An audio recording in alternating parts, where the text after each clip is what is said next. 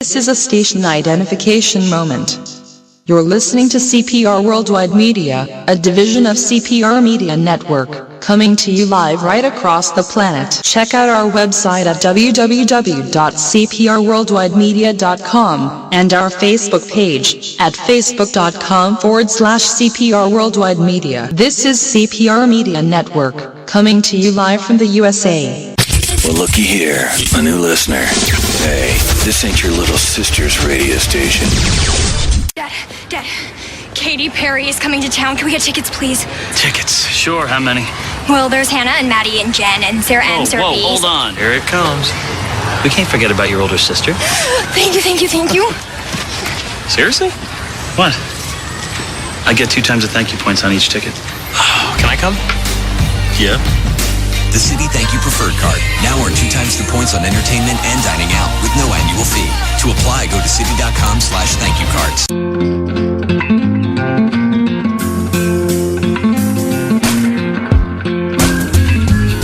It's not about how many miles you can get out of the C-Max Hybrid. It's about how much life you can fit into it. The Ford C-Max Hybrid, with an EPA estimated range of 540 miles on a tank of gas, and all the room you need to enjoy the trip. Go stretch out. Go further. However dark the night, however dim our hopes, the light is always there within you. His family gave him hope. You fight harder than those other guys, and you win. His spirit gave him strength. We're gonna die out here. We're not dying! And in his darkest hour, who is the Olympic athlete? His faith would not be broken. Hello, Mother and Father. This will be the first time in 2 years that you'll have heard my voice. I wish you all a Merry Christmas. Your loving son, Louis. On Christmas Day, experience the unbelievable true story of one man's journey home. You can take it. You can make it. Just gotta believe you can. If I can take it, I can make it. Unbroken, rated PG-13, Christmas Day. The moment you connect, you're no longer in control. What does this guy want? No claim, no statement. We're facing a nuclear meltdown. This is only the beginning. The Black Hat, rated R.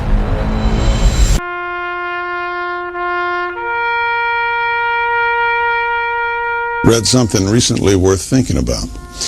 It's the soldier, not the campus organizer, who's given us freedom to demonstrate. It's the soldier, not the reporter, who's given us freedom of the press. It's the soldier, not the poet, who's given us freedom of speech. It's the soldier who serves under the flag, who defends the protesters' right to burn the flag. Isn't it time now to demonstrate that we support our troops?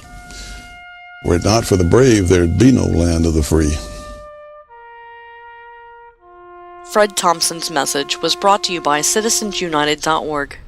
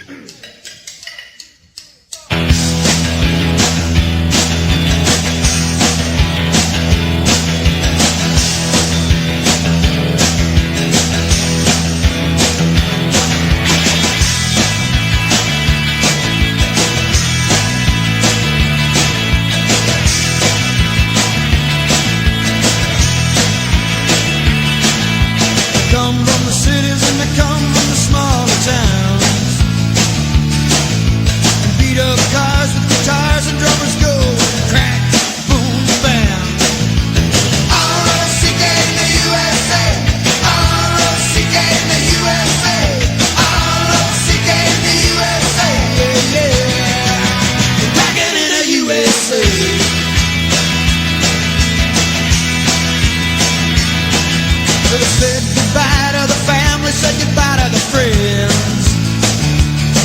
With the pockets in their heads and very little money in their hands. Some are black and some are white, and they ain't too proud to sleep on the floor tonight. The blind faith in Jesus, you know that they just might. Rockin' in the USA.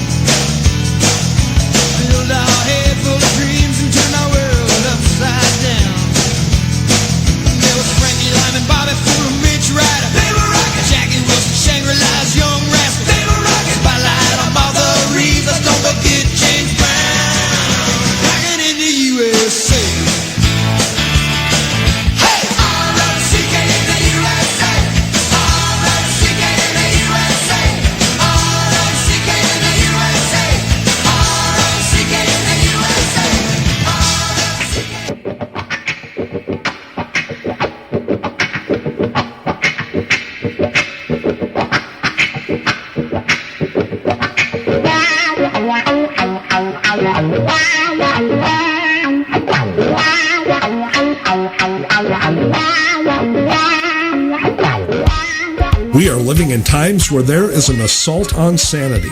Political correctness has run amok and logic has been left by the wayside. Do you constantly ask yourself, WTF is going on in this nation? Do you sometimes feel like a stranger in your own country? Well, fear not. You are not alone. This is the Whiskey Tango Foxtrot Show, coming to you from deep inside flyover country with your hosts, V. Wright and Jose Estevez.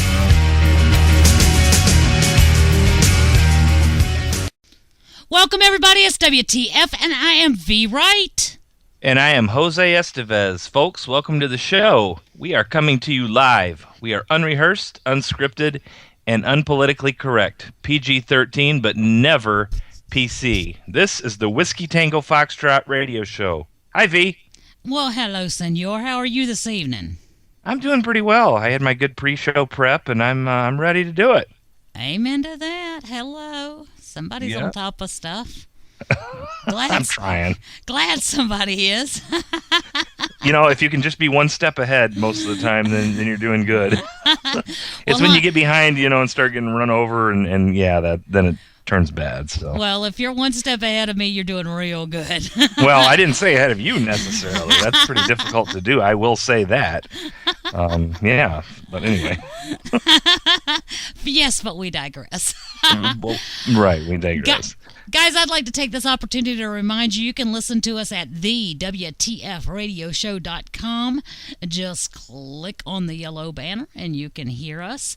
Also, you can go to CPR Worldwide Media.com /live-radio/ and listen to us there. You can also contact us at our Facebook page, WTF, the Whiskey Tango Foxtrot Show on Facebook.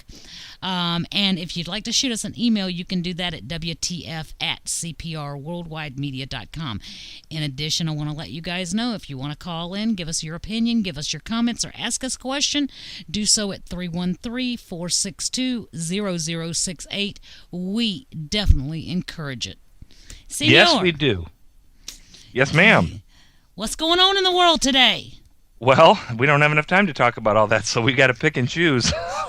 But no, seriously, we're going to talk about something serious here, folks. As much as we want to delve into tonight, like all of our nights that we're on the air, tonight we're going to talk about something really serious. Today, if you weren't aware, and unfortunately it seems like with every passing year we seem to be less and less aware of it, today is the 70th anniversary of the liberation of Auschwitz-Birkenau. And if that sounds familiar to you, that's probably because it should, folks. That's one of the biggest concentration camps run by Nazi Germany and dedicated almost completely to killing Jews in many different ways. Folks, this is a tough subject to tackle because it's so real, and I don't want anybody to. And there are people out there that are denying the Holocaust happened. People from Iran are one. There's people here in America that deny it. Of course, you got people that deny that 9/11 ever happened, that we really didn't see the airplanes hit the towers. Okay, we're not going to go into that, but seriously, the Holocaust is real. The millions and millions of people that were exterminated by the evil Nazi regime are very real. And there was a guy that, they had a big ceremony over there today, and lots of people were there. And you know who wasn't there, V? Oh, let me guess. Let's see. Was it Hillary Clinton? She wasn't there either. No. Hussein Obama himself was not there, folks. Remember, he was over in India, and he had to make a pit stop over in Saudi Arabia to kiss the rear end of the dead King Abdullah. Could not make it to the 70th anniversary of the liberation of Auschwitz-Birkenau concentration camp. Seriously, that surprises anyone. It doesn't surprise me a bit, but here's what stinks to high heaven. The president does not go, and I hate to refer to him as that. Doggone it. Okay. You know Hussein better. Obama did not go. The vice president did not go, whatever his name. Who cares? Joe Bite Me. Plugs Biden could not even be bothered to make it. You know who they sent? Now listen to this, folks. The Secretary of Transportation, Jack Lew, was the top regime person sent to represent the United States of America at the 70th anniversary of the liberation of Auschwitz-Birkenau concentration camp. Why did we send the Secretary of Transportation, folks? So he could go and pat the Germans on the back and say how great they were with the trains moving in and out of the camp, bringing the Jews to their final resting place? I mean, seriously, what is going on with this regime? Well, they don't. They don't care on. about anybody. Well, unless you happen to be Arab, a Muslim, that type of thing. That's the only people they seem to care about. Well, I mean, we know what's going on. I mean, they smack everything in the face that is not Islamic. Absolutely everything. They did not show up. They don't go to our police officers' funerals, but they go to thugs. But they go to thugs. They go to thugs. They don't go to stand with 40 other national leaders in France, but they'll go and kiss the butt of a dead Saudi. Mm-hmm. Certainly. Couldn't get over there quick enough. Sitting over there in India. Can't go to Auschwitz and stand in honor of the millions that died there, but we can send a contingency to Israel to infiltrate their voting system. Yeah. Seriously? And we'll be talking about that more in the program. They had a Jewish survivor of the concentration camps, and he made of course he had a longer speech than this, but one of the sentences that really jumped out at me: German Nazis made Poland an eternal cemetery of the Jews. Now remember, Auschwitz and many of these other places were not in Germany itself, in the country of Germany. Auschwitz-Birkenau was actually in Poland. And don't forget, folks, this is one of the camps. Now, there were a couple other camps as well that had the sign, and I hope I'm not slaughtering this because I don't speak German, Arbeit macht frei, and that it says work makes you free over the top of the camps. Folks, this Auschwitz concentration camp, let's talk about that a little bit, just so we don't forget this. And if you're not familiar with it, I don't know if they talk about it in communism corps in the schools anymore or not, but this bears talking about just a little bit. Auschwitz is actually composed of many, many different camps. There was Auschwitz I, which was the original camp, Auschwitz II Birkenau, which was a combination concentration/extermination camp, Auschwitz III Monowitz, which was a labor camp to staff an actual factory that they had, and then there were 45 satellite camps, and they were Auschwitz I was first constructed to hold political prisoners who began to arrive in May 1940. So this was all starting back in May 1940. And folks, it talks about a concentration and extermination camp. Let's talk about this for a minute, because I want you guys to think about this, and maybe you have heard it before, but bear with me. This, like I said, this bears talking about today on the 70th anniversary. In early 1943, the Nazis decided to increase greatly the gassing capacity of Birkenau. Crematorium 2, which was originally designed as a mortuary with morgues in the basement and ground-level incinerators, was converted into a killing factory by installing gas-tight doors, vents for the Zyklon B gas, which is a highly lethal cyanide-based pesticide, to be dropped into the chamber, and then ventilation equipment to remove the gas thereafter. It went into operation in March. Crematorium 3 was built using the same design. Crematorium 4 and 5, designed from the start as gassing centers, were also conducted that spring in 1943, and by June 1943, all four crematoria were operational, and most of their victims, and they're saying there was at least up to 1 million in this camp alone, were killed there. I mean, this is, like I said, here's another, we've got to go into this too. All right, the first mass extermination at Auschwitz took place in early September 1941, when 900 inmates were killed by gathering them in the basement of Block 11 and gassing them with the aforementioned Zyklon B. The building proved unsuitable for mass gassings, so the site of the killings was moved to the crematorium Auschwitz I, which was Crematorium 1, which operated until July 1942. There, more than 700 victims could be killed at once. I'm going to repeat that. There, more than 700 victims could be killed at once. In order to keep the victims calm, they were told they were to undergo disinfection and delousing. They were then ordered to undress outside, and then were locked in the building and gassed. After its decommissioning as a gas chamber, the building was converted to a storage facility and later served as an air raid shelter for the SS. The gas chamber and crematorium were reconstructed after the war using the original components, which remained on site. Some 60,000 people were killed alone at Crematorium 1, and remember, they could do up to 700 at a time. they're saying in the summer of 1944, the capacity of the crematorium, remember there were multiple, and outdoor incineration pits was 20,000 bodies per day. Prisoners were transported from all over German-occupied Europe by rail, arriving in daily convoys. I mean, folks, I could go on and on. And them folks running them trains and those daily convoys, they were just doing their jobs. And the thing is, too, following orders. That the train, this place where Auschwitz was situated, the town was partially chosen because of its location, that there were train tracks coming from all over Europe into it. So it was a very central location. And I've said it before on the show because I learned it in one of my college classes. A very smart professor said the Germans were so big on bureaucracy and stuff that they had to run these trains not only on time or ahead of schedule, but also at budget or under budget. Can you imagine, folks? I mean, it was nickel and dime to death. I mean, they had very strict budgets and stuff about how much they could spend. This is absolutely amazing. Here we go. Let's talk a little bit more about this, just so we never forget about it. Jose, have you ever spoken to a concentration camp survivor? I have not, and I don't know that I could. It will bring you to tears, I promise you. And I'll tell say that in a little bit. But I'll let you finish where you're at. But yeah, we'll talk about that in a little bit.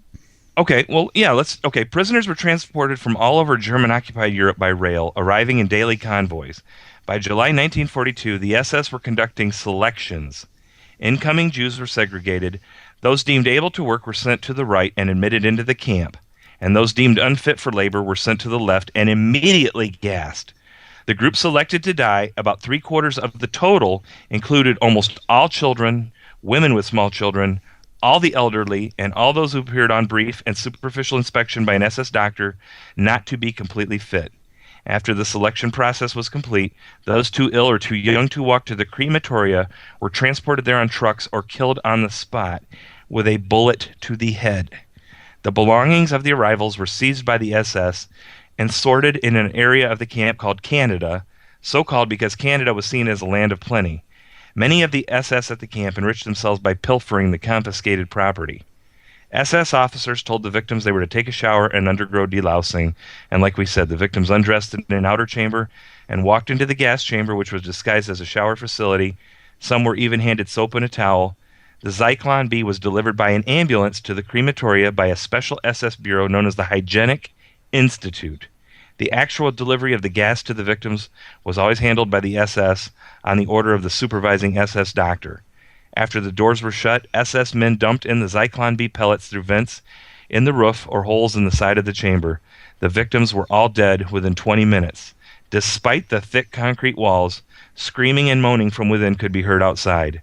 In one failed attempt to muffle the noise, 2 motorcycle engines were revved up full throttle nearby, but the sound of the yelling could still be heard over the sound of those engines. Then they went in with gas masks, dragged the bodies from the chamber. The victims' glasses, artificial limbs, jewelry, and hair were removed, and any dental work was extracted so the gold could be melted down. The corpses were then burned in the nearby incinerators, and the ashes were buried, thrown in the river, or used as fertilizer. Folks, it doesn't get any more real than that. And anybody that's a Holocaust denier, I can't even imagine. And to think that there are so many people out there that actually are, it's despicable to me. And one plug here, and it's on right now tonight, so don't go watch it right now, but I'm sure you'll be able to watch it again. I just read today that there's an HBO documentary called Night Will Fall. Alfred Hitchcock was actually involved in it, and what it was the British were doing this around 1945, if I recall the story right, and it was a lot of actual footage and stuff like that they had gathered at the time where this was all going down or right afterwards. I've heard it's very graphic, but they said it will be one of the most amazing things that you'll see. Amazing in the respect that how real it is. And, I mean, they said it's just very brutal to watch. But it's on HBO. It was on last night. It's on again tonight. And, of course, I'm sure it'll be on demand and available as well, hopefully on YouTube or somewhere so we can all catch it if we don't have HBO. But it's called Night Will Fall. Like I said, Alfred Hitchcock was even involved in it. And I've heard it's an amazing documentary. I hope to see it soon. But once again, we shall never forget what happened more than 70 years ago at the hands of evil, evil people. Well, for all those naysayers out there, about 20 years ago when I lived down in Florida, I met a wonderful older woman, and she was probably the most positive, upbeat individual I had ever met in my life, and I got to know her quite intimately. And finally one day I did ask her, how is it that you stay so upbeat? I stay so crabby because I'm busy all the time. And she goes, honey, you learn that, things don't mean anything. This really does not mean anything. And, of course, she was pointing around to her home and everything else. And I had always taken note. We lived in Florida. We had, 90 to 100-degree days in the summer, and she always wore long sleeves. Anyway, during this conversation, she explained to me that she was a survivor. Oh, wow. Of a Holocaust camp. And she pulled up her sleeve and said, this is why I wear long sleeves. And she had a tattoo on her arm. Her number was inked into her arm. And, of course, me being a little younger and probably not as tactful as I am today. Oh, yeah. Uh-huh. I asked her, what was that like? Because I really didn't know. I mean, I had heard of the Holocaust. I knew some people died, but I really did not know the depth of suffrage. And she went on to explain to me that they had come in when she was I think she said in her late 20s. And they had gotten her, and her parents were staying with her, and her siblings were staying, some siblings and their spouses were staying, and all of their children. And they all went into concentration camp, and she was the only one to walk out. Wow. And, she says, I lost, brothers, sisters, my parents, my children. Mm-hmm. And it all of a sudden it clicked, because here I knew this woman and she had never had any children. And turned out she had 3 children. And, wow.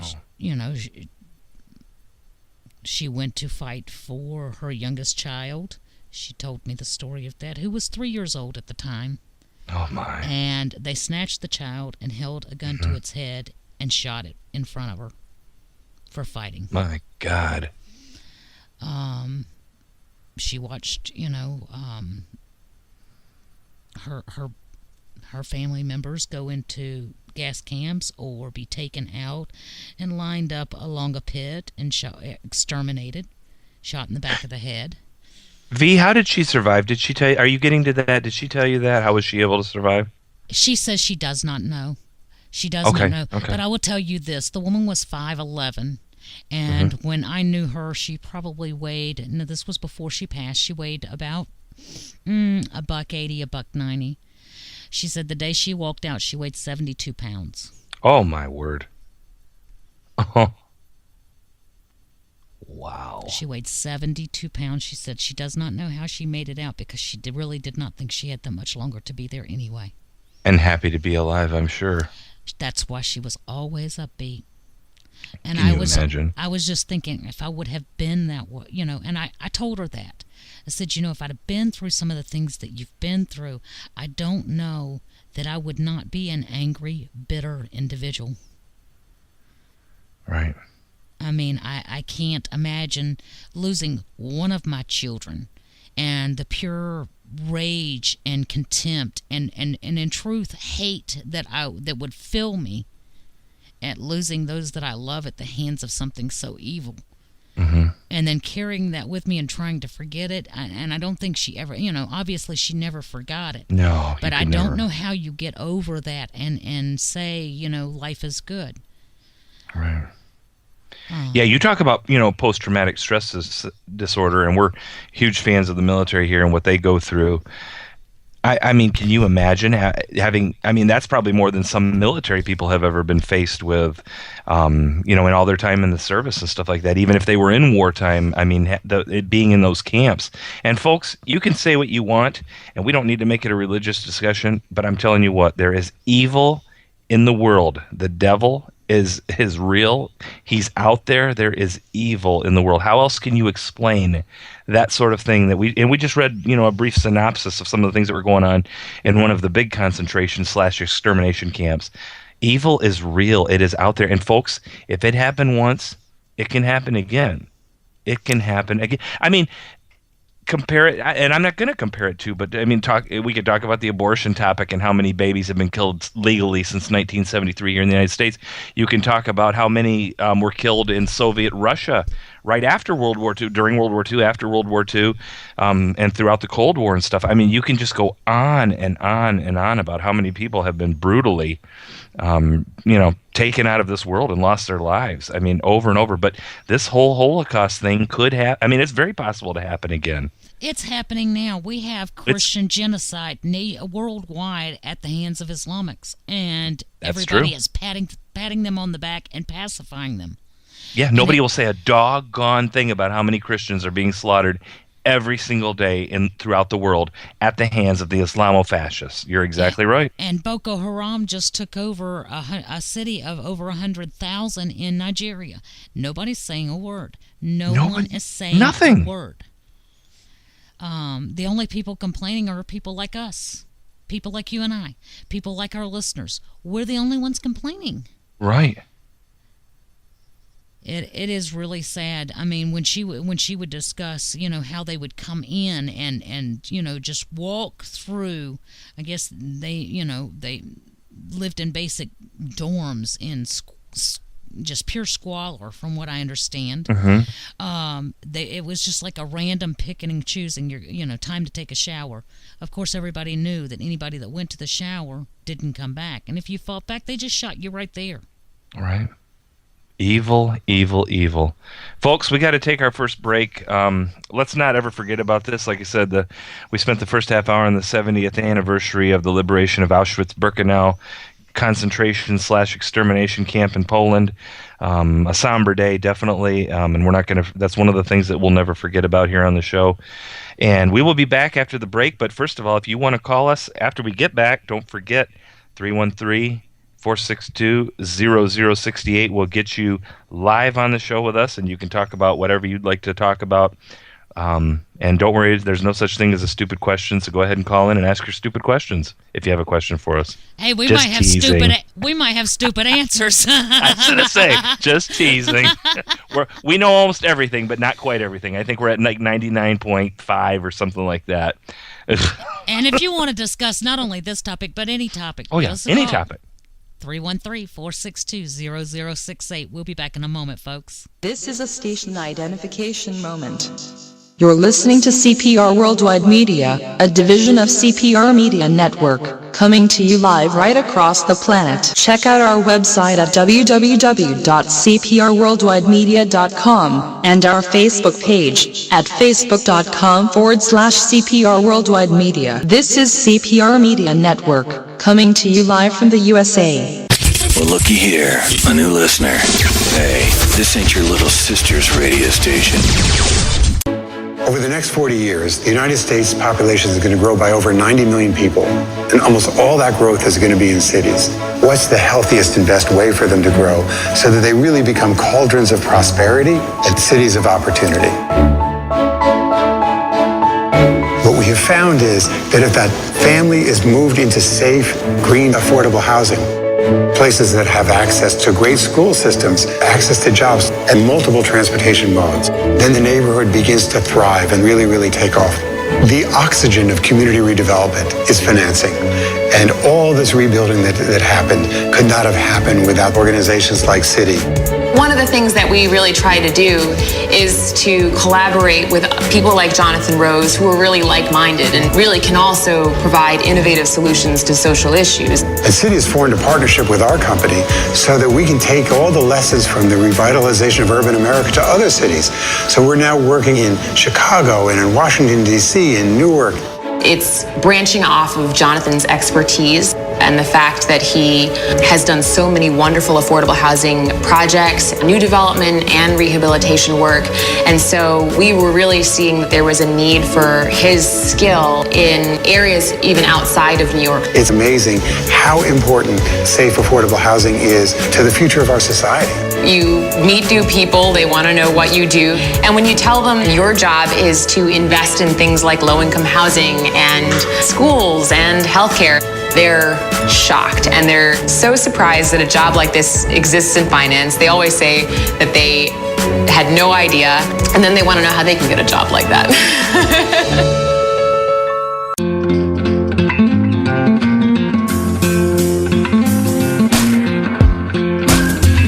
The design of the Ford Escape is clearly intended to grab your eye. Oh, and your foot. Huh, ain't that a kick? The Ford Escape with the foot-activated liftgate. Go open up something interesting. Go further. However dark the night, however dim our hopes, the light is always there within you. His family gave him hope. You fight harder than those other guys, and you win. His spirit gave him strength. We're gonna die out here. We're not dying! And in his darkest hour, Who is the Olympic athlete? his faith would not be broken. Hello, Mother and Father. This will be the first time in 2 years that you'll have heard my voice. I wish you all a Merry Christmas. Your loving son, Louis. On Christmas Day, experience the unbelievable true story of one man's journey home. You can take it. You can make it. Just gotta believe you can. If I can take it, I can make it. Unbroken, rated PG-13, Christmas Day. The moment you connect, you're no longer in control.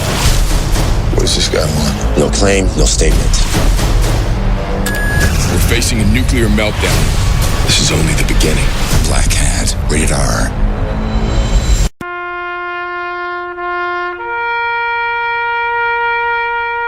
Read something recently worth thinking about.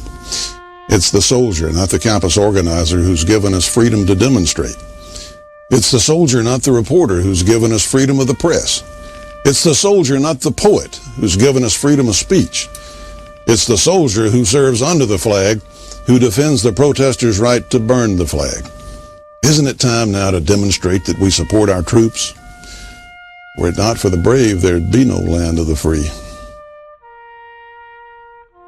Fred Thompson's message was brought to you by citizensunited.org.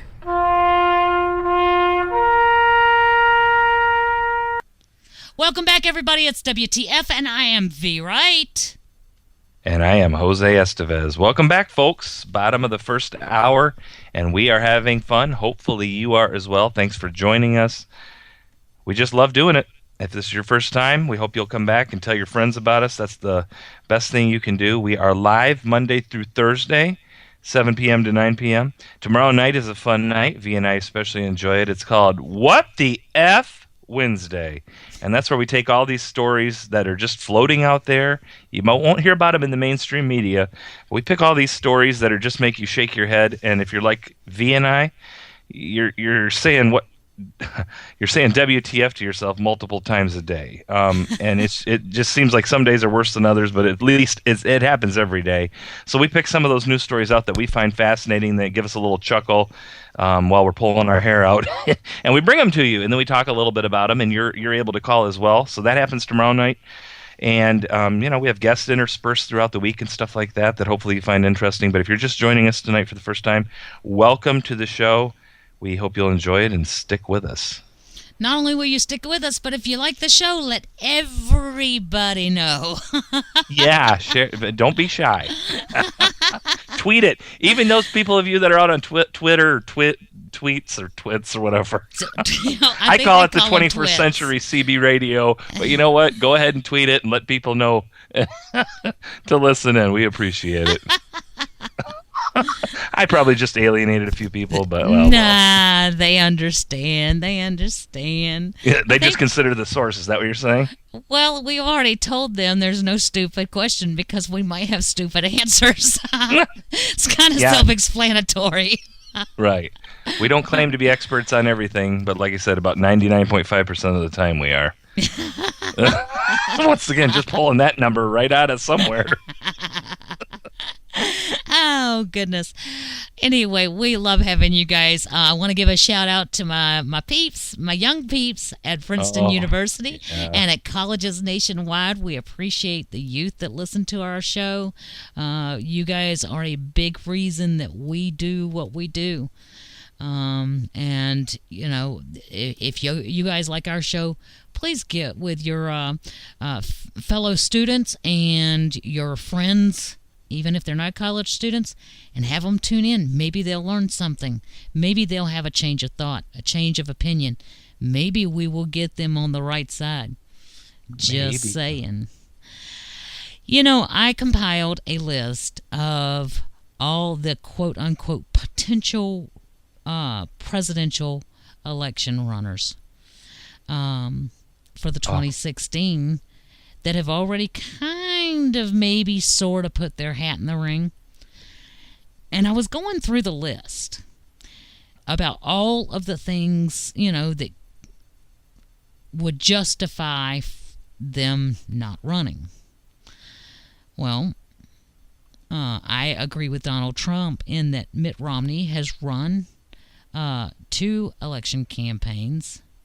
Both of them failed. He also gave Romney Care, and for anybody that doesn't know, that was the precursor to the wonderful Obamacare that's bankrupting middle-class people countrywide. Well, and let's not forget, V. I'm going to jump right in there and say that that's one of the defenses they used for Obamacare too. Is well, look, Romney's a Republican, and Romney did Romney Care up in the wherever he was out in the Northeast up there. I mean, so come on. I mean, so they had this all perfectly planned out. He was their perfect scapegoat. Well, gee, a Republican did it first before us, so how can you say it's bad? And, well, of course, they've got a good point. But don't forget the report we talked about last night, and it was hitting everywhere today, that now Obamacare over the next decade is going to cost almost $2 trillion. Remember, folks, they initially said $900 billion. It will be no more than $900 billion. Now it is going to be almost $2 trillion, and the price tag will be a minimum of $50,000 per person at best. Well, if you noticed when they were pushing Obamacare, there was nobody from the state of Massachusetts coming forward and saying, gosh, yes, it runs so well, we're well under budget. They didn't do that. You didn't hear that.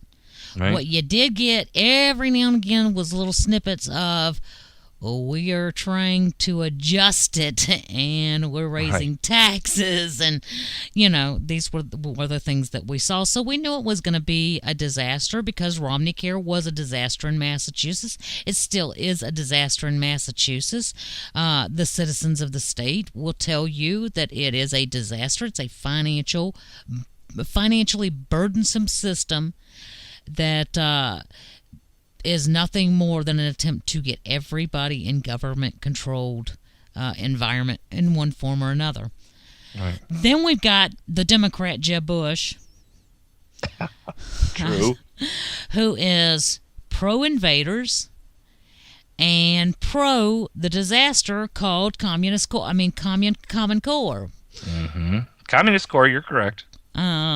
Continued indoctrination of our children from as old as they can walk to the time they get out of college, which now, of course, they want us to have free community college, and who knows, in a couple more years, they'll probably make it all free somehow. Of course, nothing is ever really free, as we all know. Well, I mean, you know, just a couple of more years, we'll be a communist country, so it's no big deal.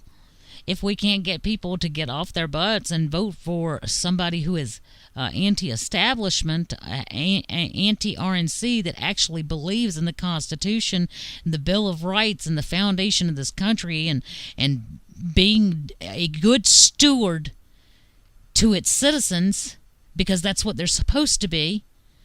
Yeah, I can see us getting free everything in a couple of years.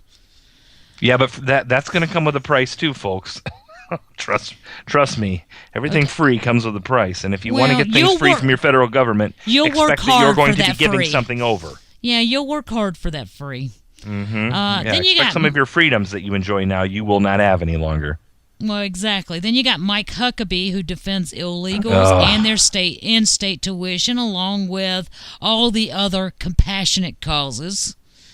You got Rand Paul, who's pro-invaders and believes we should be negotiating with Cuba and Iran. Right. You got Marco Rubio, who doesn't seem to be able to make up his mind about what he believes about anything. He's so wishy-washy. It's not. Yeah. That's it. He can't figure out if he's coming or going or anything. So bye, Marco Huckabee. You should have never left your job on Fox. That was the perfect little niche for you there.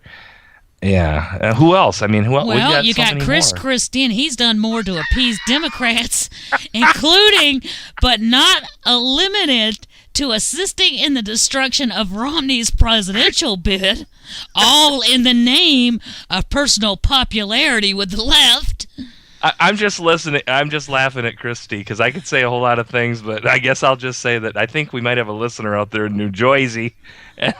She always gives me heck when I say things about her governor, so I just had to laugh. Krispy Kreme. Is she one of my friends? I don't think so. Okay, then we're safe. She's a peach, but anyway, no, it's just, Chris Christie. What can we say? Probably a whole lot that I won't. Well, I can tell you this. He did a speech in Iowa and his suit was so tight, I was thinking if only it was purple, he could sing, I love you, you love me. But seriously, didn't he get that stomach staple procedure or whatever the heck that's called? It didn't work. Does he need to get a money-back refund or what? Seriously, come on, dude. It didn't work. You know, seriously. It doesn't work for everybody. He needs to sue his doctor. That's all I got to say. It's like our politicians. They don't work for everybody. Very good point. Who's next? On the wall of shame. Rick Santorum. Oh. I love the groan. Another one. Well, you know, I really had to think about it, and I'm just going to say at best, you know, at best, you know, just make a Biden out of him. No, I think Rick's actually brighter than that. I think he does have some high points, but he will turn people off simply because of his very strong religious beliefs and stances, which I have no problem with. But if you're trying to win the presidency, he's not going to do it. There's no way. But I do think he's a pretty bright guy. I'll take him any day over the guy that ran for vice president with Romney. That guy's just an outright. I'm not going to say. Paul Ryan, who all the women Ryan. were fainting over because he was so charming and good looking. But boy, talk about Rhino, capital R-I-N-O, Rhino. Well, then we've got Sarah Palin. Oh. Now, she says that, you know, she's teasing that she might throw her hat in the ring. I don't think she's going to run, nor do I think she should. I absolutely adore her. I love her. Yes, don't get us wrong, folks. But in my opinion, she at best should be a political appointment at this time. Right. I mean, that's just my opinion. I think she is a wonderful, absolutely enamoring personality for encouraging people and, you know, getting an upbeat response. She knows how to evoke that emotion, right, and to pull forward that patriotic sense, that sense of obligation and responsibility. She does know how to do that, and I just absolutely adore her. I don't actually think she's going to run, and I really don't think she should. Right. Well, and let me say one thing to add to what you said. Yes, I like Sarah Palin, love her to death. And think about it, folks. Who has got thicker skin than Sarah Palin? Look at the attacks she and her family have suffered at the hands of these scumbag leftists, communists, liberals, whatever you want to refer to them as. There's plenty of words we can use. She has suffered attacks. You talk about a war on women. War on Sarah Palin. Holy smokes. I mean, it has been brutal at times. And she bounces back and smiles. And you know what the best part is? She gives it right back to them. And I bet you they just can't stand that, because there's nothing better than not taking it personally and saying, I'm going to sue you, that sort of thing, but smiling and giving it right back to them. That gets them worse than anything. And that's Alinsky tactics right back in their face. So that's a great part of Sarah Palin. But again, I don't, as V says, I don't believe she should run. I don't think she'd win. Don't think she'd have a good chance at all. Well, then we have you're fired, Mr. Donald Trump. The Trumpster. Now, I actually do like his political stance for the most part. Right. I mean, for the most part. But he's a media whore. Yes, that's a good word for Donald, and I'm sure he would not deny that either. I mean, and let's face it, he would not take a number 2 position anywhere. Oh, no. His hair won't take a number 2 position either. I mean, it's number 1 or nothing with him. But no, he's come out very strongly on some things, but I kind of I don't know. I don't know if he's serious either, to be honest with you. Exactly. I think that's probably what the big thing is because he says the right things, but in the pit of who you are that he's not going to leave that multi-million-dollar environment for the White House. For a $400,000 a year job as president, I mean, yeah, he likes attention, but I don't think he wants anything like what the presidency dishes out for attention. I mean, this is not, money. This is a 4-year commitment, and it doesn't pay that well. So, I mean, I just don't see that. Then we got Ben Carson. Now, I think he'd make a great Surgeon General. Yes, very much. I mean, in all honesty, I really do. I really, really like him. The only thing that I have against Ben Carson that I personally would say, would create a hesitation in me is that when it comes to politics, outside of dealing with it on a media stage, he doesn't know anything really about that environment, and I'm afraid that the people that he surrounded himself with would just walk right on over him and manipulate. You know what I'm saying? Right. Because they have experience in that manipulation crap that goes on in D.C. No, and he's also come out. He said some interesting things about the Second Amendment and gun ownership. Yes, which he has. He's kind of reversed himself. I'm not really sure where he stands on it. Obviously, Second Amendment is one of my big things, and as well as a lot of you listening as well.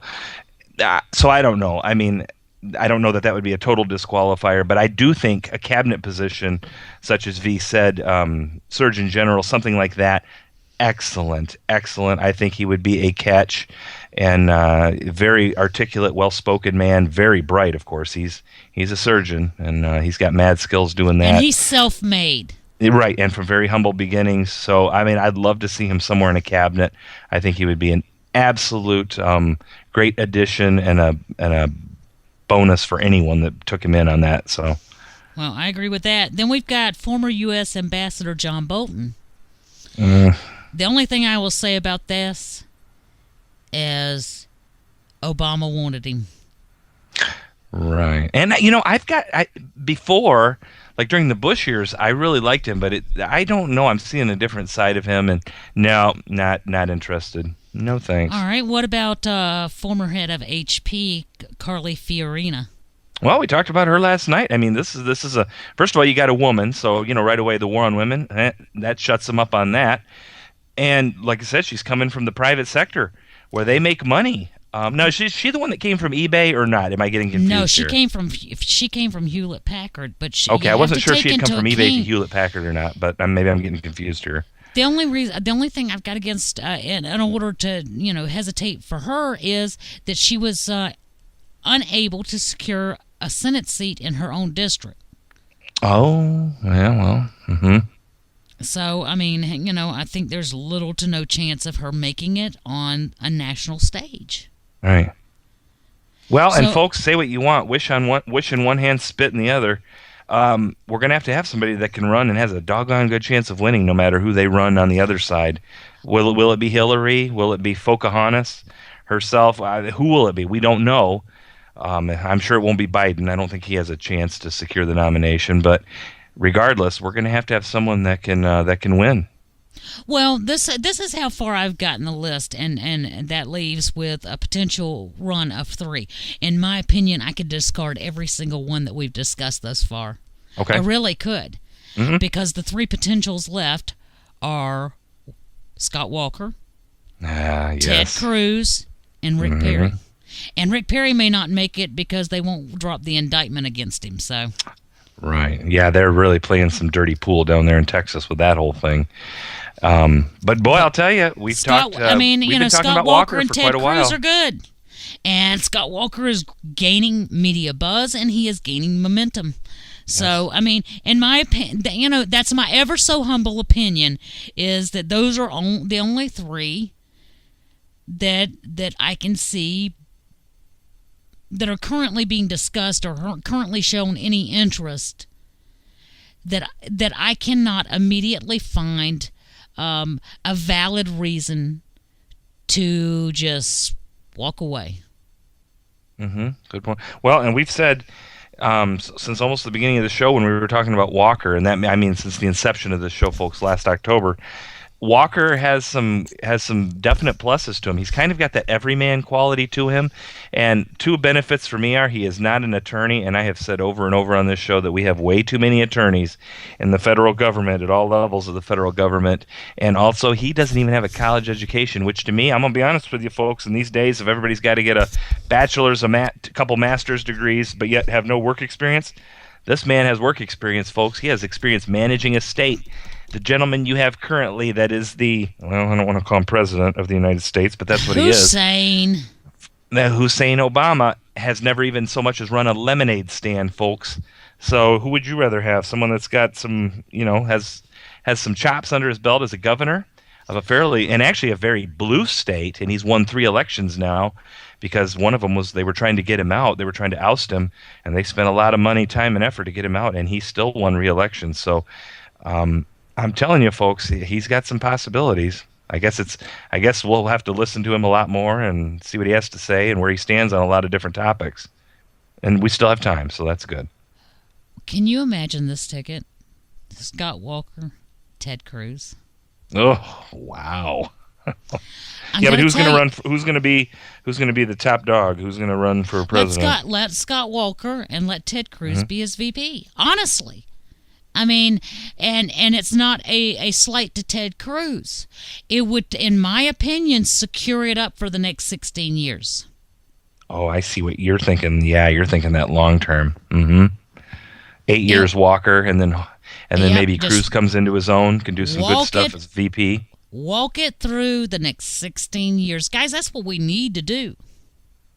At least that long. That's where we need to be looking. That's where our focus does not need to be just get us to 2016. Our focus, and we need to be demanding this of the RNC as well. We want a Walker Cruz ticket, period. And let's walk it through. There is nobody in the country that is a conservative or a moderate that would not jump on that bandwagon after what we've had for the last, at that point, will be 8 years. Yeah, we're already into the 7th year, and we see how well the fundamental transformation is working for us. Not real well at all, folks. Well, I just think that would be the dream ticket, and everybody says, well, neither one of them want to be number 2. Well, somebody's got to be number 2, and it's either number 2 or not at all.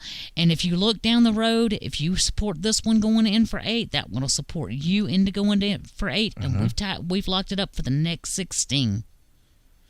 And maybe we can get some work done on righting this country. It will take at least as well 16 as years. I mean, there's going to be a lot of work for whoever gets it, folks. Think about it.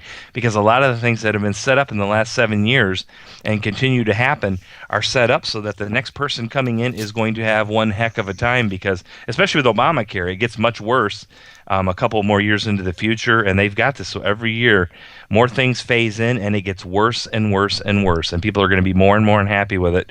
So whoever comes in, and it's not just Obamacare, it's a multitude of things that are going to have to be dealt with. I mean, our foreign policy, folks, we don't even have a foreign policy. It is totally gone. I mean, we've got the JV, the quote-unquote JV team that we had on the run. Well, we had Al-Qaeda on the run, but we've got the quote-unquote JV team, ISIS, over there.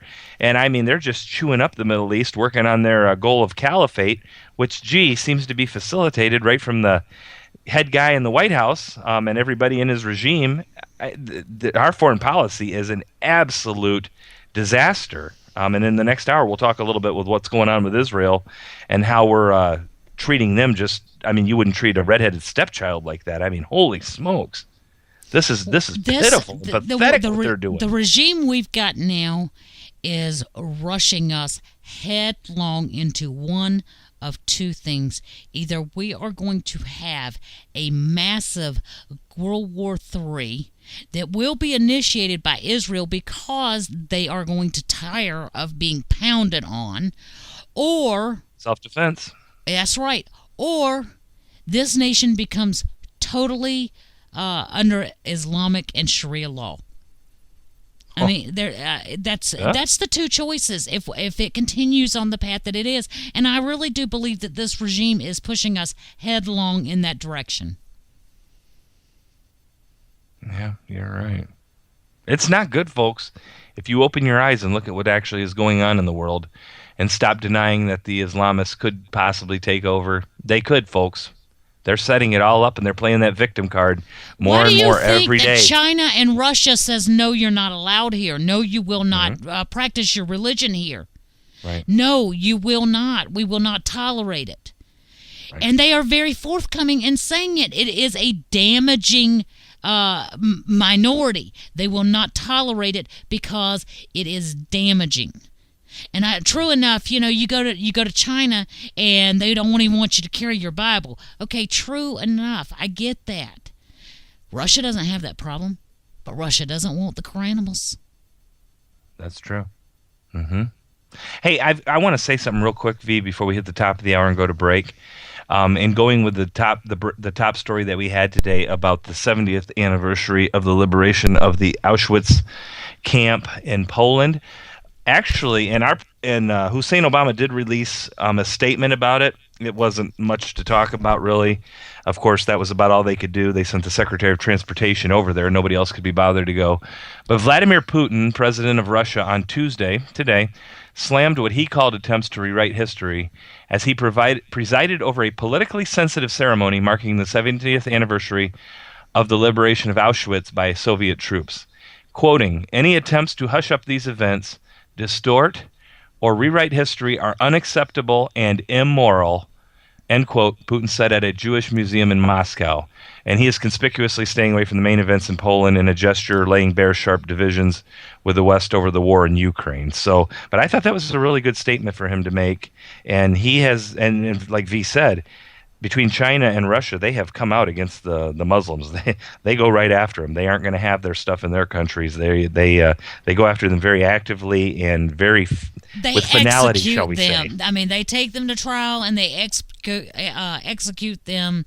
I mean, if they get the death penalty, not like here. China is not California. Russia is not California. You don't sit on death row for 30 or 40 years. No, you leave courtroom, you go outside, and they blow your brains out, and we're done with it. Or why go to court? Just finish it off before. Well, that could be, that happens too. Why waste the time going to court? I mean, you're caught in the act, well, then that's it. Absolutely absurd. Guys, we've got to take a break. We'll be back in just a few moments. If you'd like to give us a call, it's 313-462-0068. We'd love to hear from you. We'll be back in a moment, folks. This is a station identification moment.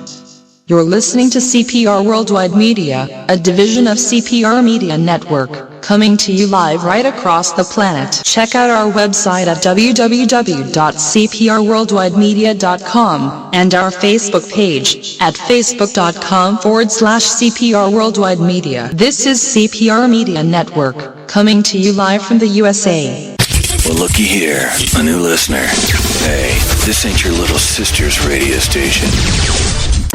Over the next 40 years, the United States population is going to grow by over 90 million people, and almost all that growth is going to be in cities. What's the healthiest and best way for them to grow so that they really become cauldrons of prosperity and cities of opportunity? What we have found is that if that family is moved into safe, green, affordable housing, places that have access to great school systems, access to jobs, and multiple transportation modes, then the neighborhood begins to thrive and really, really take off. The oxygen of community redevelopment is financing. And all this rebuilding that happened could not have happened without organizations like Citi. One of the things that we really try to do is to collaborate with people like Jonathan Rose, who are really like-minded and really can also provide innovative solutions to social issues. The city has formed a partnership with our company so that we can take all the lessons from the revitalization of urban America to other cities. So we're now working in Chicago and in Washington, D.C., and Newark. It's branching off of Jonathan's expertise and the fact that he has done so many wonderful affordable housing projects, new development and rehabilitation work. And so we were really seeing that there was a need for his skill in areas even outside of New York. It's amazing how important safe, affordable housing is to the future of our society. You meet new people, they want to know what you do. And when you tell them your job is to invest in things like low-income housing and schools and healthcare, they're shocked and they're so surprised that a job like this exists in finance. They always say that they had no idea, and then they want to know how they can get a job like that.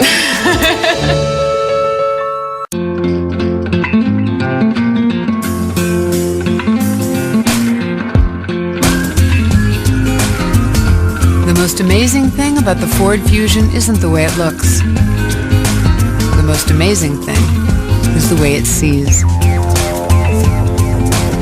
With blind spot technology, a lane keeping system, and a standard rear view camera, the Fusion is ready for whatever comes your way. Go prepared. Go further. However dark the night, however dim our hopes, the light is always there within you. His family gave him hope. You fight harder than those other guys, and you win. His spirit gave him strength. We're gonna die out here. We're not dying! And in his darkest hour, Who is the Olympic athlete? his faith would not be broken. Hello, Mother and Father. This will be the first time in 2 years that you'll have heard my voice. I wish you all a Merry Christmas. Your loving son, Louis. On Christmas Day, experience the unbelievable true story of one man's journey home. You can take it. You can make it. Just gotta believe you can. If I can take it, I can make it. Unbroken, rated PG-13, Christmas Day. The moment you connect, you're no longer in control. What does this guy want? No claim, no statement. We're facing a nuclear meltdown. This is only the beginning. Black Hat, rated R.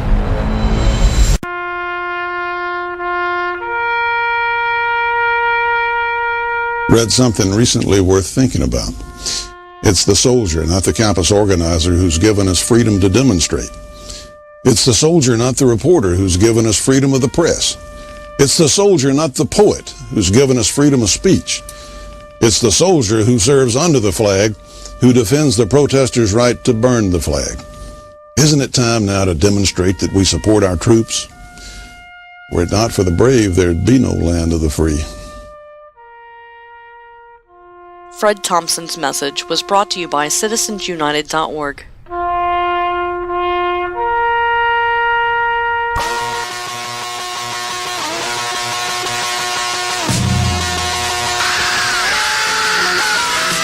Say you want a revolution, well, you know, we all want to change the world. You tell me that it's evolution, well, you know, we all want to change the world.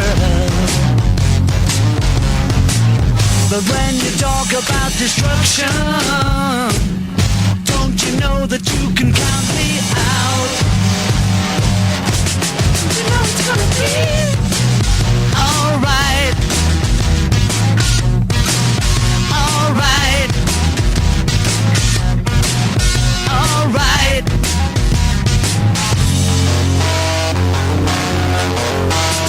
You say you got a real solution. Well, you know,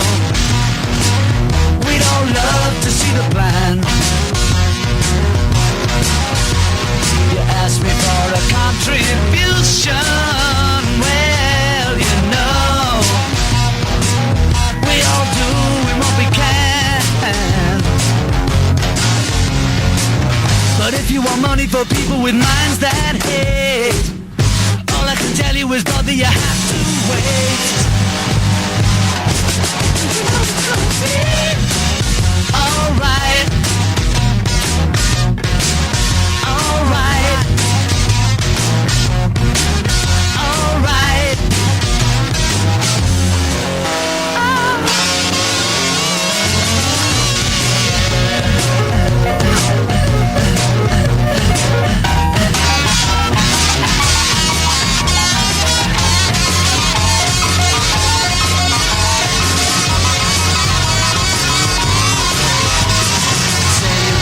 Constitution, well, you know, we all want to change your head. You tell me it's the institution, well, you know, you better free your mind instead. But if you go carrying pictures of Chairman Mao, you ain't gonna make it with anyone anyhow.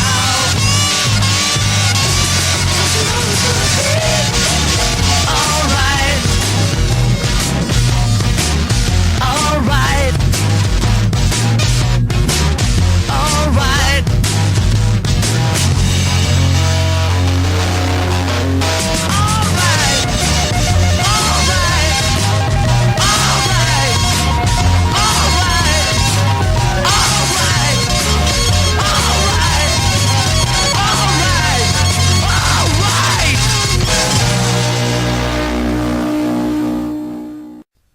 Welcome back, everybody. It's WTF, and I am V. Wright. And I am Jose Estevez, still down in the bunker with my beef, Coke, cheese, beef, and no bacon. But, of course, the storm wasn't big anyway, so I'm fine. Don't worry about me. I mean, seriously, you talk about blowing stuff out of proportion, V. Holy smoke. Now, I know some places got dumped on, but, I mean, New York City basically, for all intents and purposes, shut down. The subway... I mean, businesses, no vehicles on the street. Basically, martial law was declared. And they got, 6 inches of snow or something like that? Well, I mean, I have to say in their defense, wait a minute. In their defense. You're going to defend Bill de Blasio. Folks, you heard it here first on the Whiskey Tango Foxtrot show. No. I am going to defend the Weather Channel. Oh. I lived in Florida. We all know I lived down there for several decades. And, of course, you know, we get hurricanes through there all the time. Right. And it's always, you know, it's going to be this and it's going to be that, stock up, blah, blah, blah, do all this stuff. And,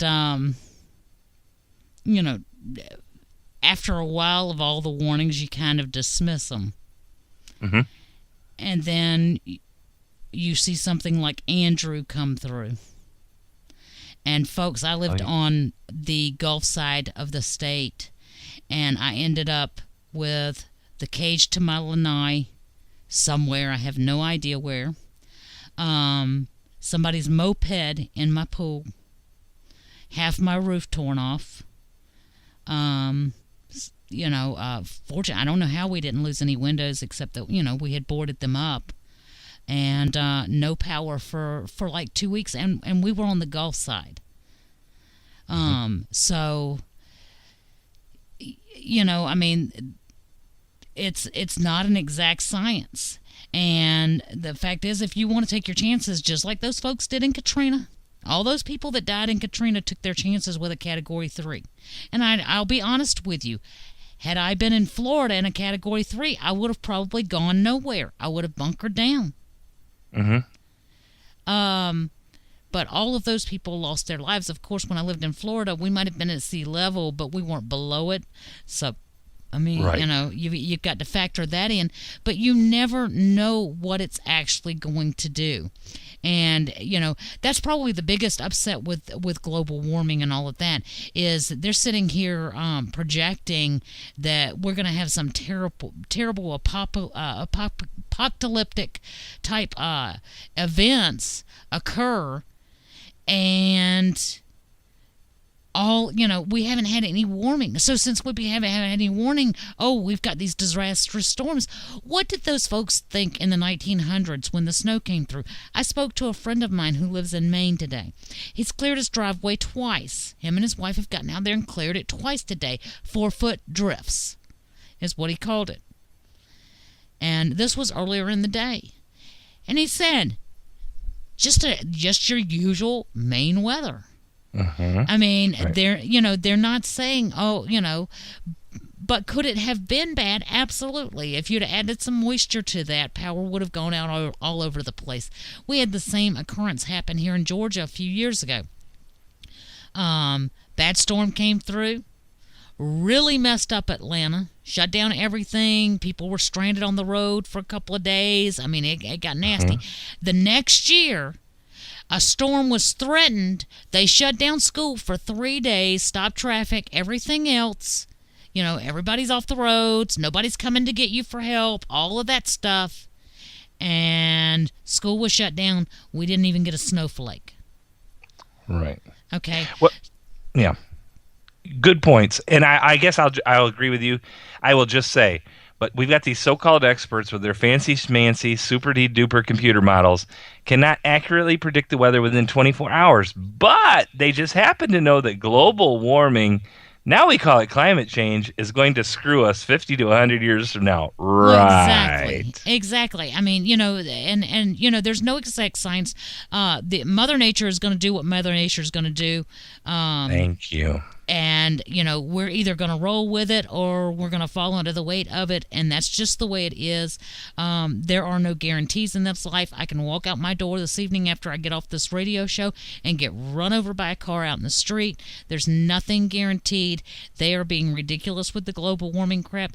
However, warning people, no, I don't have a problem. Maybe they did carry it to excess. I mean, to the point that they expect everybody to not have to be responsible for themselves. They have to dictate instead of saying, listen guys, there's something on the way, we don't know how bad it's going to be, we would suggest you stock up and stay off the roads. No, they can't do things that way. Oh no, there's not going to be any traffic allowed and you can't go anywhere, and basically we've got a curfew for the next 24 hours or until we lift it. Now that's a little crazy, that's a little obsessive. The fact of the matter is, if you got in your car, if you were dumb enough to get in your car knowing a possible blizzard was on the way and you got stuck in it and you died, c'est la vie. The survival of the fittest, I believe they call it in the animal kingdom. I mean, it's a choice you make. You're responsible for your own life. I mean, we live in a society where they try. Everybody is responsible for everybody else. No, I don't want anybody responsible for me. I can do crazy stuff by myself. Good point. True. I don't need any help with that. I don't need any help paying my bills. I do fine. I don't need the government's intrusion, and I don't need them telling me that I can't eat chicken or watermelon or a bologna sandwich. If I want to eat it, I'm going to. And guess what? If I put on 5 pounds, it's my 5 pounds. I carry it. Was that a fried bologna sandwich? A fried bologna sandwich. Or grilled ham and cheese. You're sounding a lot like a libertarian tonight, and that's not necessarily a bad thing either. But I mean, I think that's where those of us on the conservative side a lot of times tend to go. It's just leave us alone, let us do our thing, and have a smaller government that's not in control and having control of every single aspect of our lives, because we really don't need them. But sadly, there are people that want it. They're worrying about the things. They're not worrying about the things that they're supposed to worry about. Are our borders secure? No. Do we have national security? No. Do we have a strong military at this point? No. We have a very low morale military that is being purged of fine men and women with an allegiance to this country and replaced with a bunch of diseased invaders that have an allegiance to South America somewhere or Mideast somewhere. Don't even get me started. You get to see one of those crazy moments. the growling, gives me. Well, we'll move right on to our next story, because this is one that I don't believe we covered, even though it's dated back in December. But this is an important one, folks. And listen to this. In a blow to the constitutional rights of citizens, the United States Supreme Court ruled 8-1 in the case of Hyen versus State of North Carolina that police officers are permitted to violate American citizens' Fourth Amendment rights if the violation results from a reasonable mistake about the law on the part of police. Acting contrary to the venerable principle that ignorance of the law is no excuse, the United States Supreme Court ruled that evidence obtained by police during a traffic stop that was not legally justified can be used to prosecute the person if police were reasonably mistaken that the person had violated the law. The Rutherford Institute had asked the U.S. Supreme Court to hold law enforcement officials accountable to knowing and abiding by the rule of law. The one lone dissenter for the United States Supreme Court, folks, was, I hate to say it, Justice Sonia Sotomayor. Remember, the wise Latina appointed by Hussein Obama in his first term? She warned that the court's ruling, quote, means further eroding the Fourth Amendment's protection of civil liberties in a context where that protection has already been worn down. And that's a pretty interesting statement. John Whitehead, president of the Rutherford Institute, says, by refusing to hold police accountable to knowing and abiding by the rule of law, the United States Supreme Court has given government officials a green light to routinely violate the law. And he goes on to say, this case may have started out with an improper traffic stop, but where will it end? Given the turbulence of our age, with its police overreach, military training drills on American soil, domestic surveillance, SWAT team raids, asset forfeiture, wrongful convictions, and corporate corruptions, is not hard to predict. This ruling is what I would call a one-way, non-refundable ticket to the police state. And lots of people probably agree with him. And basically this comes out of the fact that in North Carolina, Surrey County, a law enforcement officer stopped a car traveling on Interstate 77 in April of 2009, allegedly because of a brake light, which it first failed to illuminate and then flickered on. The officer mistakenly believed that state law prohibited driving a car with one broken brake light. In fact, North Carolina state traffic law requires only one working brake light. Nevertheless, operating under a mistaken understanding of the law, during the course of the stop, the officer asked for permission to search the car, and Hyen, the owner of the vehicle, granted consent, and he had some cocaine in the car. There's an issue there that, he actually did grant the consent to do it, but still, the officer stopped him for a reason he never should have stopped him in the first place. That's the point, and this is a very troubling ruling, one of many, by the United States Supreme Court. And once again, I have to sit here and agree with someone that I would normally never agree with. However, I'll give her credit. Sonia Sotomayor, the wise Latina, ruled that this could be a very slippery slope type of issue. It is the way a they slippery ruled. slope because it sets the precedent that any time an officer does something, they can find some legal loophole that totally excuses their actions. Totally excuses their actions. If it's a routine traffic stop, well, I didn't know about that. I wasn't aware of that. I've never, as long as it's something that's not repetitive, I never experienced that before. So, but the fact of the matter is, you are expected to know the law. It doesn't matter if you know the law or not. You've not gone to school for law enforcement. You haven't gone to school to be a lawyer. You haven't studied the law books. You don't know all of the codes with the police department, but you are expected to know. And if you don't, ignorance of the law is no excuse. However, law enforcement has that capability. I call BS. I call big time BS. But I got a couple of things about law enforcement I've got BS on. Sheriffs want the popular police tracking app disabled from Google. The police tracker from the popular traffic smartphone app Waze. Apparently, this traffic app also tells you if there's an accident, if there's a slowdown in traffic, traffic. It tells you whether or not there are police, in certain areas. It doesn't say whether or not they're there for a traffic accident or if they're there with radar. It doesn't say any of that. It just lets you know, well, the police associations are trying to push Google to get rid of it, saying, oh, well, you're making us targets. It seems like anymore, all we hear about is how law enforcement is becoming targets. I know for a while there, we had a couple of incidences across the nation. Of course, Reverend Al has shut his trap lately, and maybe somebody will stitch it closed, but since he has closed it, we have seen less of the racial divide going on across the nation, and less push for the police, departments.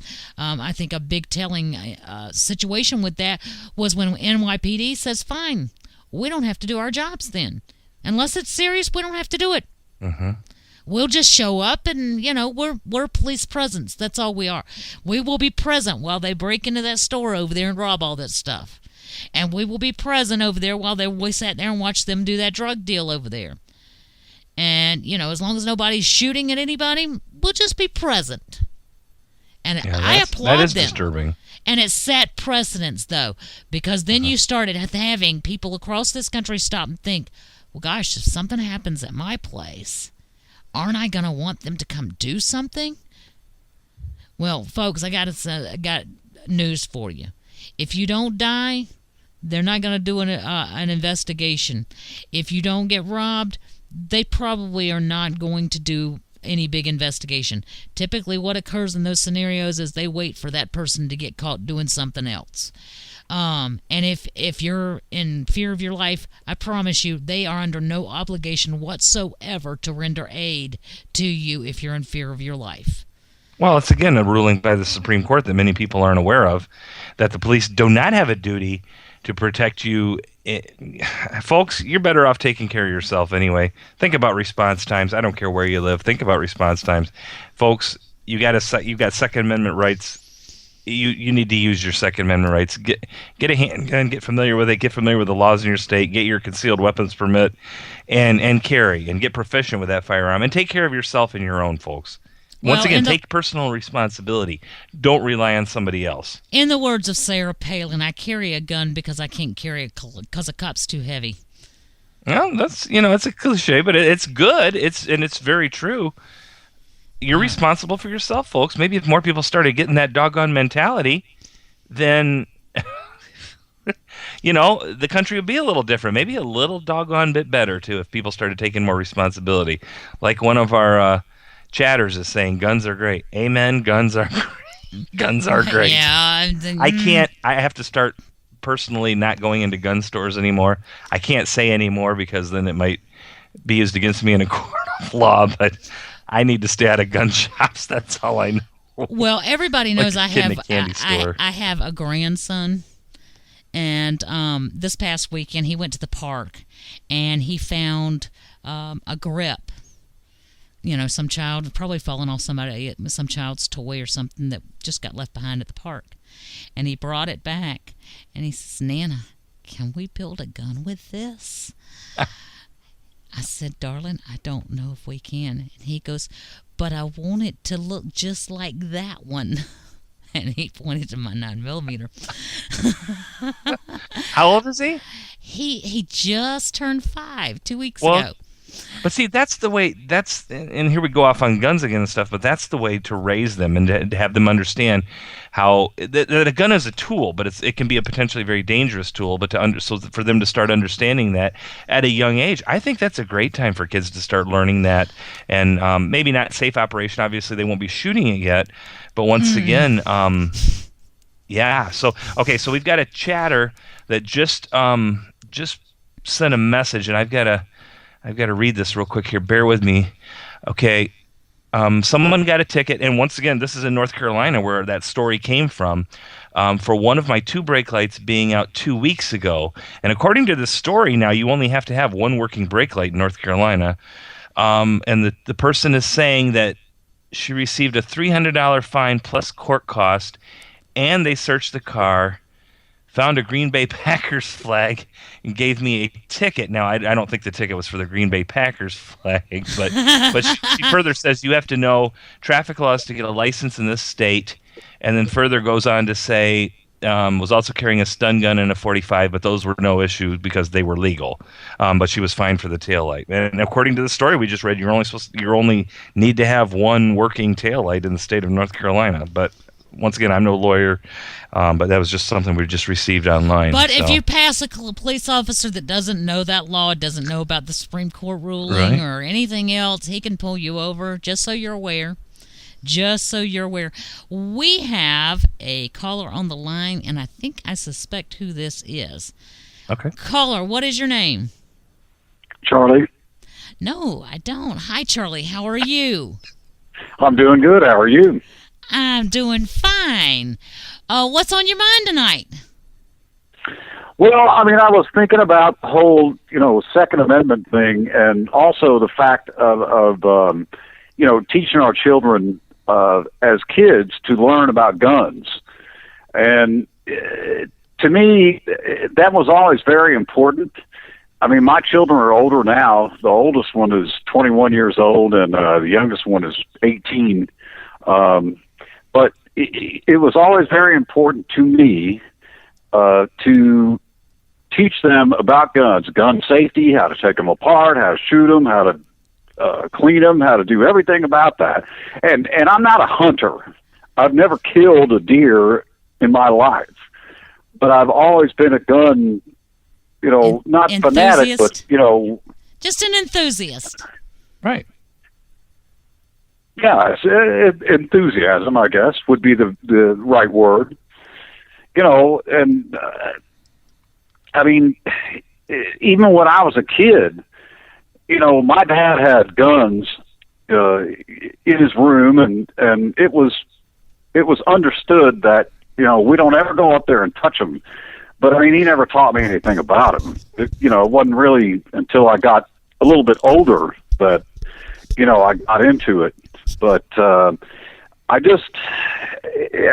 point is that I don't understand what the fever is, or fervor, or whatever the correct word would be, about guns. What's the problem? What's the big deal? The problem and the big deal, Charlie, in all honesty, is we are harder to control as long as we have our ability to defend ourselves.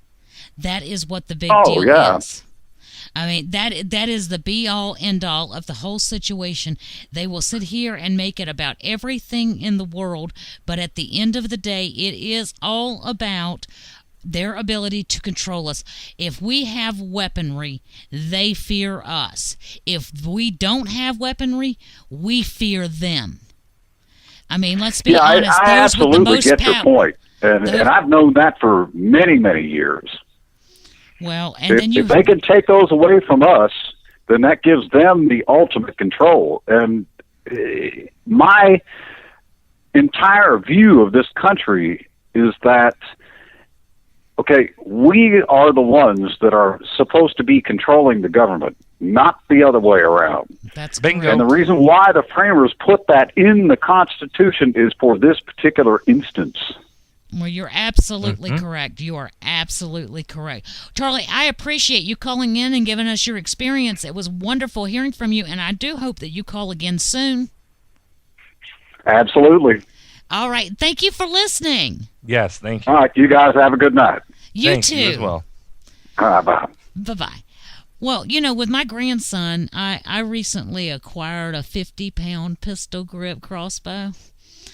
And have you been watching The Walking Dead again? No, now I have my 150-pound draw crossbow now. Oh my word! Done, okay, and that's got razor rings on it. It'll put a hole through you about the size of a $50. So okay, we got that all done. But this one is just small enough that I figure when my grandson gets 6, it's a good starter weapon. There you go. Great. Hey, Bait, we've got to take a break, but boy, going back to the Holocaust, which we were talking about at the beginning of the show, Hitler disarmed everyone before he took over. Do not forget it, folks. It's happened over and over again throughout history. You say it can't happen here in America? Give up your guns and see how quickly it happens. Folks, we got to take a break. Stay with us. We will be back in a few minutes. This is a station identification moment. You're listening to CPR Worldwide Media, a division of CPR Media Network, coming to you live right across the planet. Check out our website at www.cprworldwidemedia.com and our Facebook page at facebook.com/CPR Worldwide Media. This is CPR Media Network, coming to you live from the USA. Well, looky here, a new listener. Hey, this ain't your little sister's radio station. Over the next 40 years, the United States population is going to grow by over 90 million people, and almost all that growth is going to be in cities. What's the healthiest and best way for them to grow so that they really become cauldrons of prosperity and cities of opportunity? What we have found is that if that family is moved into safe, green, affordable housing, places that have access to great school systems, access to jobs, and multiple transportation modes, then the neighborhood begins to thrive and really, really take off. The oxygen of community redevelopment is financing. And all this rebuilding that happened could not have happened without organizations like Citi. One of the things that we really try to do is to collaborate with people like Jonathan Rose, who are really like-minded and really can also provide innovative solutions to social issues. And Citi has formed a partnership with our company so that we can take all the lessons from the revitalization of urban America to other cities. So we're now working in Chicago and in Washington, D.C., and Newark. It's branching off of Jonathan's expertise and the fact that he has done so many wonderful affordable housing projects, new development and rehabilitation work. And so we were really seeing that there was a need for his skill in areas even outside of New York. It's amazing how important safe, affordable housing is to the future of our society. You meet new people, they want to know what you do. And when you tell them your job is to invest in things like low-income housing and schools and healthcare, they're shocked and they're so surprised that a job like this exists in finance. They always say that they had no idea, and then they want to know how they can get a job like that.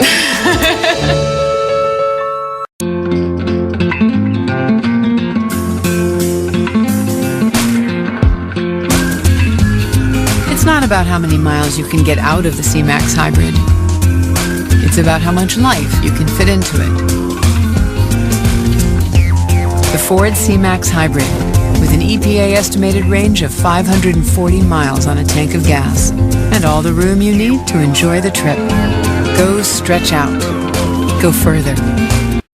However dark the night, however dim our hopes, the light is always there within you.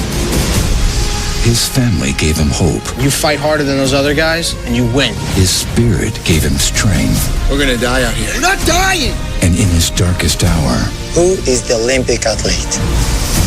his faith would not be broken. Hello, Mother and Father. This will be the first time in 2 years that you'll have heard my voice. I wish you all a Merry Christmas. Your loving son, Louis. On Christmas Day, experience the unbelievable true story of one man's journey home. You can take it. You can make it. Just gotta believe you can. If I can take it, I can make it. Unbroken, rated PG-13, Christmas Day. The moment you connect, you're no longer in control. What does this guy want? No claim, no statement. We're facing a nuclear meltdown. This is only the beginning. Black Hat, rated R.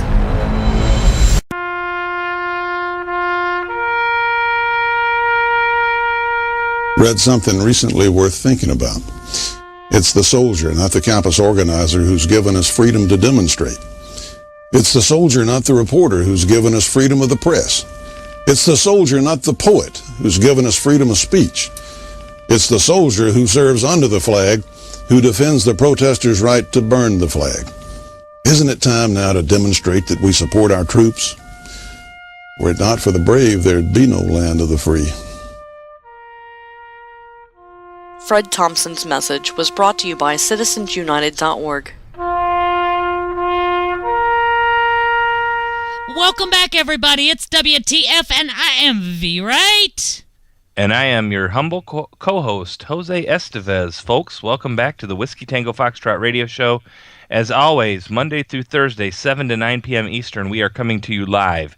We are unrehearsed, unscripted, unpolitically correct, PG-13, but definitely never PC. Welcome to the show. If this is your first time, we appreciate it. You can interact with us in numerous ways, but if you ever want to call, that number is always the same, 313-462-0068. And I just want to remind you, folks, there's lots of great programming on CPR Worldwide Media Network Group. I think that's what CPR Media Network Group. Okay, just roll with it here. And coming up next at 9, I guess I'm not getting a paycheck this week. Coming up next at 9 p.m. is Charles Kaprowicz and the legislators of the Round Table. Folks, this man has an idea that needs 30-some states to be on board with, and they can work on changing the Constitution. It's called the Countermand Amendment, but it does not allow them to fundamentally transform the Constitution, which is a very troubling way of doing it, but it's a lot of what people want. A lot of people want to do it that way because, of course, they'd like to fundamentally transform it and change it for the worst, which we definitely don't want. Charles is a brilliant man. We've had him on the show before. He's also served his country in the military. And folks, tune in from 9 to 11 tonight. You'll learn something. I mean, I can give you a money-back guarantee on that. You will walk away with something you did not know. He's a brilliant man, and he can also speak down in language that you will understand, which is also an important part when you're dealing with things like that. So we want to just encourage you to stay tuned and listen to the show after us, and that's Charles Kaprowicz hosting the Legislators of the Round Table. What do you got for us, V? Well, actually, I was going to ask you. You had something about the delegation going to Israel. Oh, yeah. Delegation. Well, what I've got here, I don't have this. I think you've got the specific stuff about that delegation going to Israel, but there was a short story here that I saw that just is very troubling. Iran today sent a warning to Israel via U.S. officials. Think about that for a minute. Iran's official IRNA news agency is reporting the country has sent a warning to Israel through the United States over the recent killing of an Iranian general in an alleged Israeli airstrike.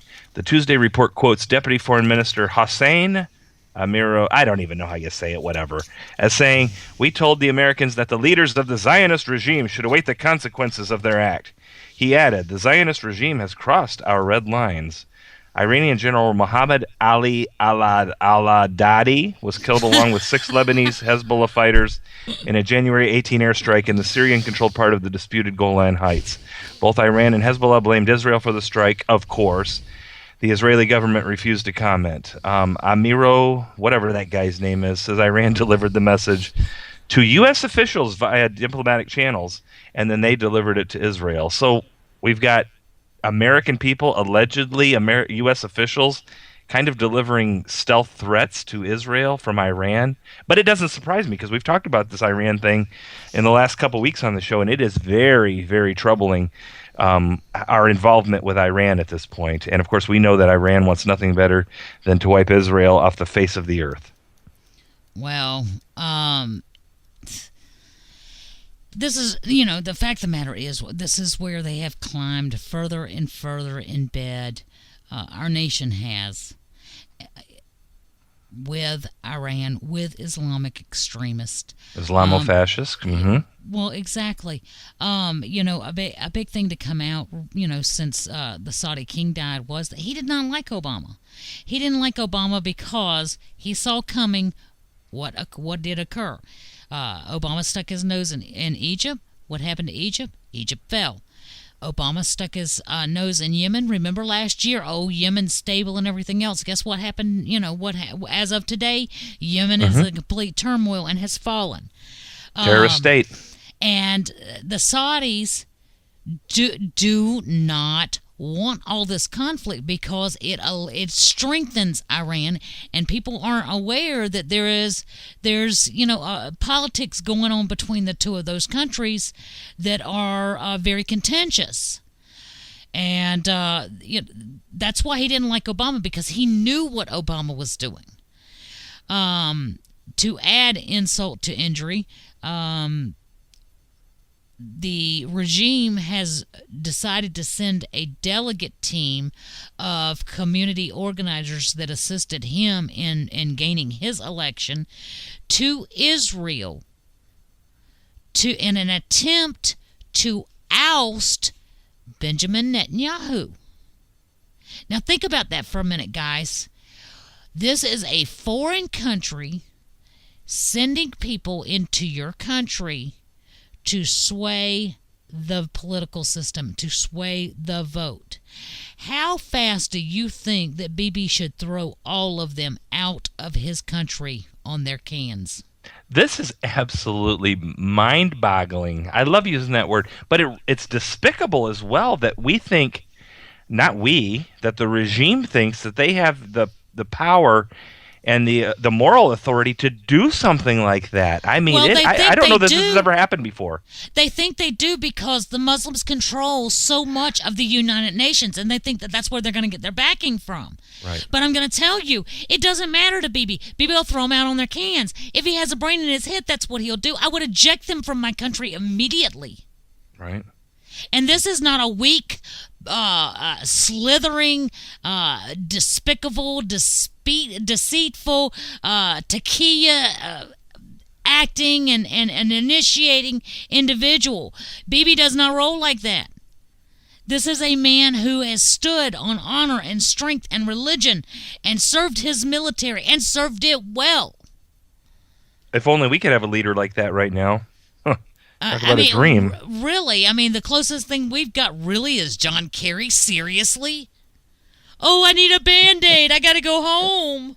Got wounded by a couple grains of rice by the Viet Cong. Oh my God, I need a Band-Aid. Send me home. Yeah. And then take all the awards that you get and throw them over the fence of the White House that you're now employed by. I mean, come on, really? Absolutely. It's just a joke. But, this is not funny. I see a potential for a World War III eruption here in Israel initiating it in self-defense. In self-defense, right. In retaliation, just this week, in retaliation for Israel's actions, Yemen lobbed some rockets into Israel. Nobody knows about that because nobody's talking about it on mainstream news.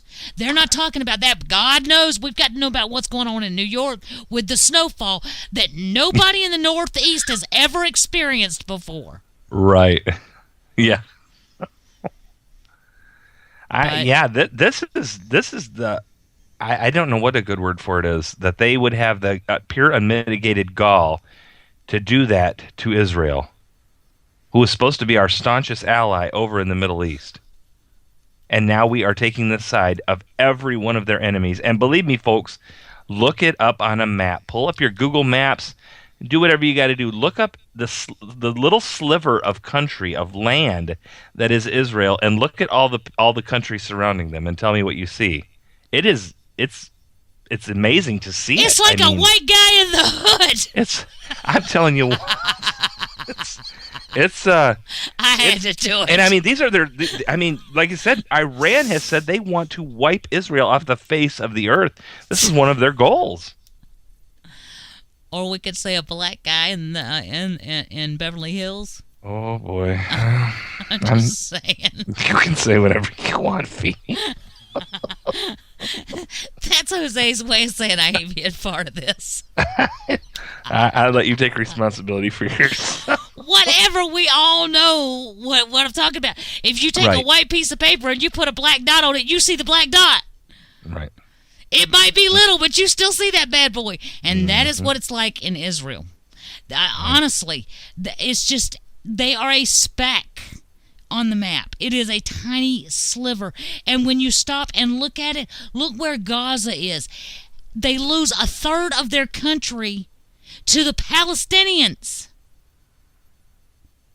When you look at the map, pay attention to that, because if it happens to say Palestine, which the last map I looked at did not, it said Israel.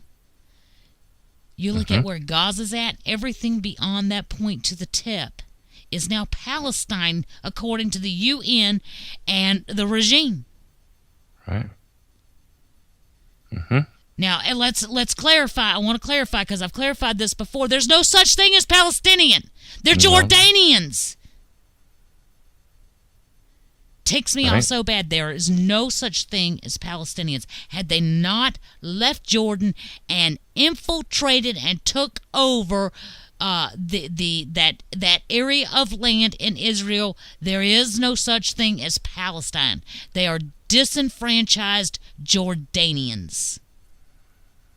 Period. And there you have it. It's just absolutely ridiculous. They're seeking legitimacy, and they are not legitimate. They are illegitimate. They actually have no legitimacy, except the UN has now recognized them, and then you've got Britain, France, and the United States have now recognized them. Absolutely the most absurd things I've ever heard in my life. That the United States would turn its back on its biggest ally at the hands of a coward, with a coward in control. That man would not stand toe-to-toe with a single man in this country. He would not face a single veteran, a single Marine, a single naval officer, not a single... I don't even think he would have what it takes to stand and face a Coast Guard individual. It doesn't matter. Hell, a girl! Yeah. He holds all the aforementioned in contempt anyway. Anybody in the military. That's plainly obvious. And by looking at the military polls on what they think about him, it's plainly obvious too. I think it's down around 15% approval from military people. So I mean, it goes both ways. I'll tell you what. I'm going to tell you. I will be perfectly honest with you and our listeners. Before he came to office, I live in a huge military area. Mm-hmm. I mean, I am completely surrounded by military of one type or another where I'm at. I've got, Marines. I've got Special Forces just a little way. We've got the Army. We've got an Air Force not too far from us. We've got an air base here. I've been around military most all my life. However, I always had an affinity for the military. I always loved my military. I always appreciated them. But my complete and total adoration for them and our veterans, I will honestly admit, came after this president. His complete disdain for them made me pay attention and love them deeply evermore. Agreed. But no, I mean, who would we let? This coward would let anybody. Who would Ron Reagan allow to come into this nation from another country and start influencing the voters of this country? Oh, heavens, no. No. Would not be happening. Let's even go on the Democrat side. Do you think Clinton would have appreciated any other, say Russia, for instance, sending over a delegate over here to do community organizing against him? Only if they brought several women and several cases of money, unmarked bills, that they could spread around. John Kennedy. We know Jimmy Carter and the coward that's currently there would probably be fine with it. Mm-hmm. Say Carter's a big supporter of Palestine. Oh my word, he's about as anti-Semitic as you can get without being overtly so. Listen to what he says, though. Which is unbelievable because he classifies himself and preaches the Christian gospel every chance he does, and he formulated Habitat for Humanity for the purpose of Christian outreach and charitable causes. How can you call yourself a Christian and be for the demise of the Jewish community? I don't understand it. If you're calling yourself a Christian, you're saying you believe in Jesus Christ. Jesus Christ was a Jew. I'll throw this one out here, and we don't have much time. How can you call yourself a Christian and say that a woman's choice is okay to murder your baby in the name of a woman's choice, that abortion's okay? How can you do it? How can you go sit in church? And how can Nancy Pelosi and all these people take their communion and stuff like that and yet advocate over and over for a woman's right to be able to kill her baby in the womb, sometimes out of the womb? That's been legal since 1973. Well, how can you reconcile that? It's impossible. I got one better for you. 2 16-year-olds fighting. One is pregnant. One is not. Don't know the other one's pregnant. Mm-hmm. They get into a fist fight. One loses her baby. The other one goes to prison. No joke. No joke, people. Wow. But if she would have gone on to be pregnant for another 13 weeks and toileted her child, she would have been within her legal right. Explain that one. Isn't that the truth? The sad truth in the year 2015. It is insane. The world has gone crazy. Common sense has fallen to the wayside. Just thought, I got into, I can't even get into this conversation because I'm going to run out of time. I got into a conflict with someone today, and it was about that girl that's the liberal chick, and she says stupid stuff, she does stupid videos, and she posts these stupid posts. And someone I know was supportive of her, thinks it's, satire, it's hilarious, we should promote it. It isn't funny. And I'll tell you why it's not funny. Because you have youth out there that think Martin Luther King died 3 weeks ago. You have youth out there that think Abraham Lincoln was the first president of the United States. You have youth out there that think that the Super Bowl and the number of presidents, since they're both 44, mean that since the Super Bowl number and the number of presidents are not equal, the Super Bowl numbers are greater, that there has been a Super Bowl longer than there have been presidents of the United States. I kid you not, folks. So when this dumb girl gets up here and makes these comments, now they may be totally satire, they may be totally for the comedic purpose, but I disagree with them when you put hashtags and links and point them to Hillary 2016 or Black Lives Matter or any of the other liberal crap, because there are frickin' morons in our youth that are going to see that and say, oh yeah, that's how I feel too. Let me go over here and do this. You idiot. You are empowering your enemy. You are creating a monster for tomorrow for a laugh today. It's not funny. Well, I guess we know how V feels about that. Hey, folks, coming up right after the show, don't forget Charles Kaprowicz and the legislators of the Round Table. Wonderful show. He's got a great idea for doing some changes to the Constitution in a way that it won't be able to be fundamentally transformed into something that we don't want, into something the founders didn't intend. Stick with us after that, 9 p.m. sharp Eastern Time. He'll be following us, and as usual, V and I are live on the radio, coming to you on the Whiskey Tango Foxtrot radio show from 7 to 9 p.m. Monday through Thursday. And folks, thanks for being with us. We appreciate you more than you know, and we hope you've enjoyed it as much as we enjoy bringing it to you. And as I always say, God bless America. And y'all pray for Jose, because he has to tolerate me 4 nights a week. Night, folks.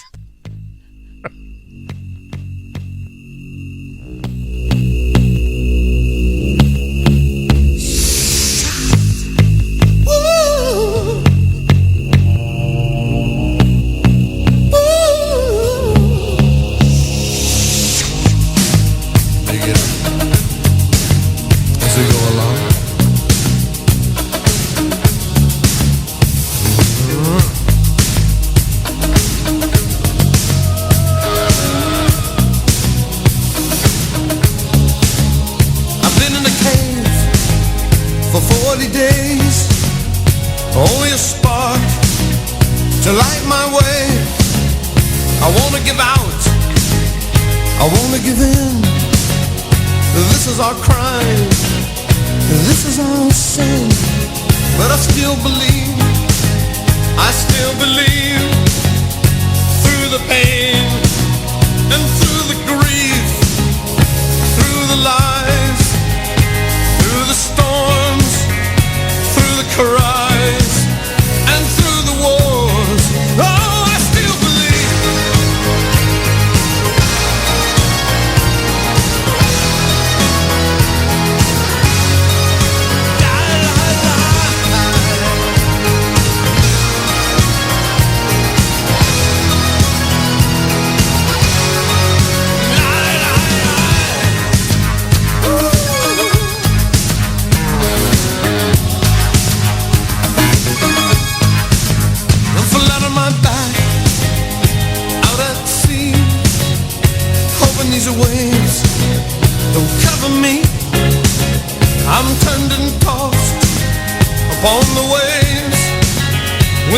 darkness comes, I feel the grave, but I still believe. I still believe through the cold and through the heat, through the rain and through the tears, through the crowds and through the cheers. Oh, I still believe.